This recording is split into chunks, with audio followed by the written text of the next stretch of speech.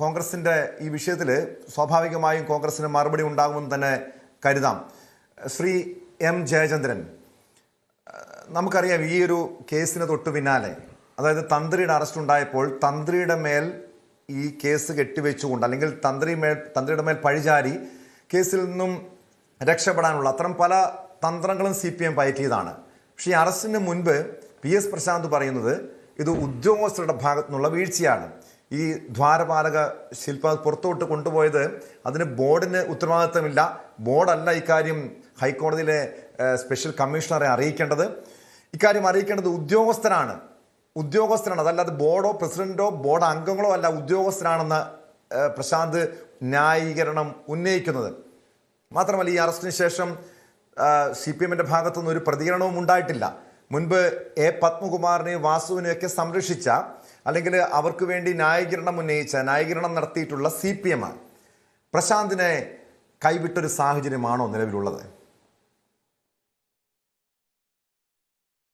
കൈവിടുന്നതിന്റെയോ കൈ പിടിക്കുന്നതിന്റെയോ പ്രശ്നമാണോ ടോം കുര്യാക്കോസ്? ഞാൻ അങ്ങനെ കരുതുന്നില്ല ഈ കേസിൽ. ഞാൻ അതിലേക്ക് അതിന്റെ വിശദാംശങ്ങളിലേക്ക് വരുന്നതിന് മുമ്പ് ഞാൻ നന്ദുവിനോട് ഒരു കാര്യത്തിൽ പ്രതികരിച്ചോട്ടെ.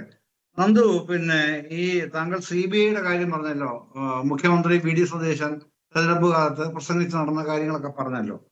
പക്ഷേ അങ്ങനെ ഗവൺമെന്റിന് തീരുമാനിക്കാൻ കഴിയില്ല CBIക്ക് വിടാനായി. എന്തുകൊണ്ടാണ്?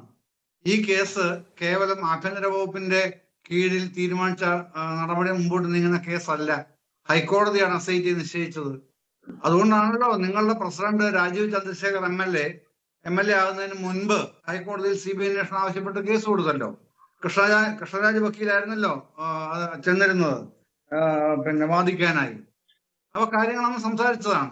ഹൈക്കോടതി പറഞ്ഞ് CBI അന്വേഷണത്തിന്റെ യാതൊരു ആവശ്യവും ഇപ്പൊ ഇല്ല എന്ന് പറഞ്ഞ്, പക്ഷെ പിന്നെയും അദ്ദേഹം അവിടെ വാദങ്ങളായിട്ട് വന്നപ്പോഴാണ് ചോദിച്ചത്, താങ്കൾ വീണ്ടും ആ വാദത്തിൽ ഉറച്ചു നിൽക്കുകയാണെങ്കിൽ ആ കാര്യങ്ങൾ പറയും എന്ന് പറഞ്ഞപ്പോഴാണ് പറഞ്ഞത്, ഇല്ല ഞാനത് വിഡ്രോ ചെയ്യുകയാണ് എന്ന് പറയുന്നത് കൃഷ്ണരാജ് വക്കീല്. അത് നമ്മുടെ മുമ്പിലുള്ള കാര്യമാണ്, നമ്മൾ നേരത്തെ ഞാൻ ചർച്ച ചെയ്തിട്ടുള്ളതാണ് മറ്റു ചാനൽ ചർച്ചകളിൽ. അപ്പൊ അങ്ങനെ CBIക്ക് വിടണമെങ്കിലും ഇപ്പോ ഈ SITക്ക് ഹൈക്കോടതി ദേവസ്വം ഡിവിഷൻ ബെഞ്ച് നിശ്ചയിച്ച കേസ് ഗവൺമെന്റിന് വിടാൻ കഴിയില്ല.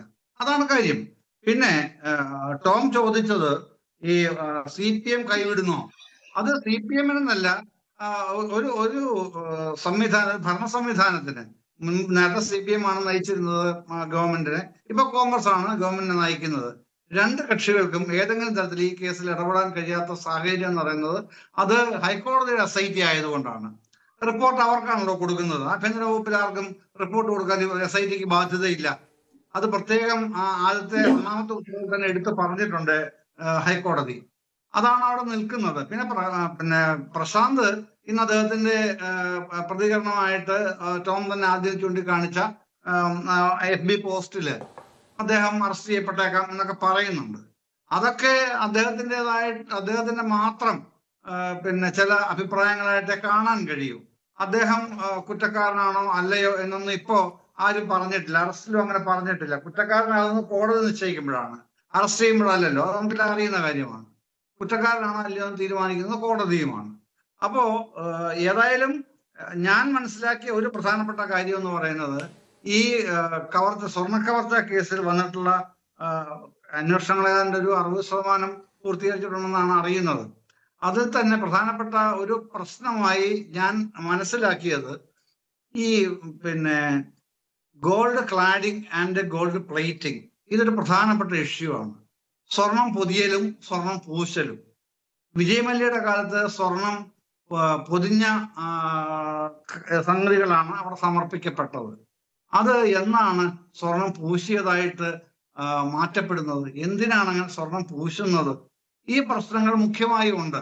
അപ്പൊ അതിൻ്റെ അകത്ത് ഒരു അന്വേഷണം, കൃത്യമായ ഒരു അന്വേഷണത്തിൽ ആണ് ഇവര് SIT ഇപ്പൊ ഏർപ്പെട്ടിരിക്കുന്നതാണ് ഞാൻ മനസ്സിലാക്കുന്നത്. പക്ഷേ ഇന്ന് ടോം പറഞ്ഞ ആ FB പോസ്റ്റ് ഉണ്ടല്ലോ ഇദ്ദേഹത്തിന്റെ പ്രശാന്തിന്റെ, അതിൽ അദ്ദേഹം പറയുന്ന ഒരു കാര്യമുണ്ട്.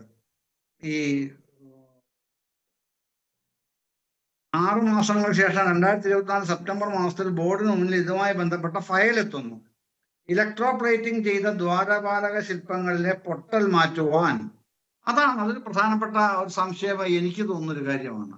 ഇത് അദ്ദേഹത്തിന് ഈ 6 മാസങ്ങൾക്ക് ശേഷം 2024 സെപ്റ്റംബർ മാസത്തിൽ ബോർഡിന് മുമ്പിൽ ഇതുമായി ബന്ധപ്പെട്ട ഫയൽ എത്തുമ്പോൾ ഇലക്ട്രോ പ്ലേറ്റിംഗ് ചെയ്ത ദ്വാരപാലക ശില്പങ്ങളിലെ പൊട്ടൽ മാറ്റുവാൻ എന്നെങ്ങനെയാണ് പ്രശാന്തിന് പറയാൻ കഴിയുന്നത്? അപ്പൊ അവിടെ അതിനകം തന്നെ അദ്ദേഹത്തിന് മുമ്പിൽ ആ ഫയൽ എത്തുമ്പോൾ 2024 അദ്ദേഹം ചാർജ് എടുക്കുന്ന 2021 നവംബറിന് മുമ്പ് തന്നെ ഈ ഇലക്ട്രോ പ്ലേറ്റിംഗ് നടന്നിട്ടുണ്ടെന്ന് അദ്ദേഹം പരോക്ഷമായി സമ്മതിക്കുകയും കൂടെയാണല്ലോ സ്വന്തം പോസ്റ്റിലൂടെ ചെയ്തിരിക്കുന്നത്. ഇത് മറ്റാരുടെയും പോസ്റ്റല്ല, PS പ്രശാന്തിന്റെ തന്നെ പോസ്റ്റാണ്. അതെന്തുകൊണ്ട് ഇലക്ട്രോ പ്ലേറ്റിംഗ് നടത്തിയത് എന്തിനാണെന്നുള്ളതാണ് ഇപ്പോഴും കുഴപ്പിക്കുന്ന ചോദ്യമായിട്ട് SITയുടെ അടക്കം മുമ്പിലുള്ള നിർണായകമായ ചോദ്യം. അപ്പൊ അവിടെ മുൻ ദേവസ്വം പ്രസിഡന്റ് പറയുകയാണ് ഫയൽ എത്തിയത് ഇലക്ട്രോ പ്ലേറ്റിംഗ് നടത്തുന്നത് സംബന്ധിച്ചാണെന്നുള്ളത്. അപ്പൊ അത്തരത്തിലുള്ള നിർണായകമായ പ്രശ്നങ്ങൾ ഉൾപ്പെടെ ഇവിടെ നിൽക്കുമ്പോൾ പ്രശാന്തിനോടല്ലാതെ വേറെ ആരോടാണ് ചോദ്യം ചെയ്യാൻ കഴിയുക? പ്രശാന്തിനാണല്ലോ ചോദ്യം ചെയ്യാൻ അവർ വിളിക്കേണ്ടത്. മറ്റു പല പ്രശ്നങ്ങളും ഉണ്ട്. അതിലൊരു പ്രധാനപ്പെട്ട പ്രശ്നം എന്ന് പറയുന്നത്, ഒരു ബോർഡിന്റെ കാലാവധി എന്ന് പറയുന്നത് 2 വർഷം 24 മാസമാണ് കേട്ടോ. ആ 24 മാസക്കാലത്തിനിടയ്ക്ക് മാറി മാറി വരുന്ന ദേവസ്വം ബോർഡുകളാണ് ഉള്ളത്.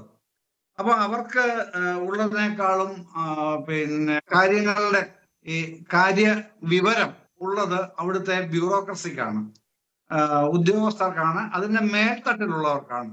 കീഴ്ത്തട്ടിലുള്ളവർക്ക് കാര്യമായൊന്നും അറിയുന്നുണ്ടാവില്ല. പക്ഷേ താഴെ തട്ടിലുള്ള മുകൾ തട്ടിലുള്ള ബ്യൂറോക്രാറ്റ്സിന്, ഈ ദേവസ്വം ബോർഡിലെ ബ്യൂറോക്രാറ്റ്സിന് അറിയാത്തതായി ഒന്നും ഉണ്ടാവില്ല എന്നുള്ളത് മറ്റൊരു സംഗതിയാണ്. അത് നേരത്തെ പല അറസ്റ്റുകളിലും കണ്ടിട്ടുണ്ട്. ഉദ്യോഗസ്ഥന്മാരെ പല അറസ്റ്റ് ചെയ്തിട്ടുണ്ടായിരുന്നല്ലോ നേരത്തെ. അങ്ങനെ അങ്ങ് പറയുമ്പോഴും ശ്രീ M ജയചന്ദ്രൻ ഇവിടെ വളരെ വ്യക്തമായി, കാരണം SIT വിശദമായി അന്വേഷിച്ചു, 3 തവണ പ്രശാന്തിനെ ചോദ്യം ചെയ്തു. അങ്ങനെ ചോദ്യം ചെയ്ത് തെളിവുകൾ ഉൾപ്പെടെ കണ്ടെത്തിയതിന്റെ അടിസ്ഥാനത്തിലാണ് PS പ്രശാന്തിനെ ഏറ്റവും ഒടുവിൽ ഇപ്പോൾ അറസ്റ്റ് ചെയ്തിരിക്കുന്നത്. പ്രശാന്തിനെ മാത്രമല്ല, അതായത് അന്നത്തെ ദേവസ്വം ബോർഡിന് ഇതിൽ വ്യക്തമായ പങ്കുണ്ട് എന്ന് ബോധ്യപ്പെട്ടിട്ടുണ്ട് SITക്ക്. എന്തായാലും അങ്ങയിലേക്ക് എത്താം. കൂടുതൽ വാർത്തകൾക്ക് News 18 Keralam YouTube channel subscribe ചെയ്യുക.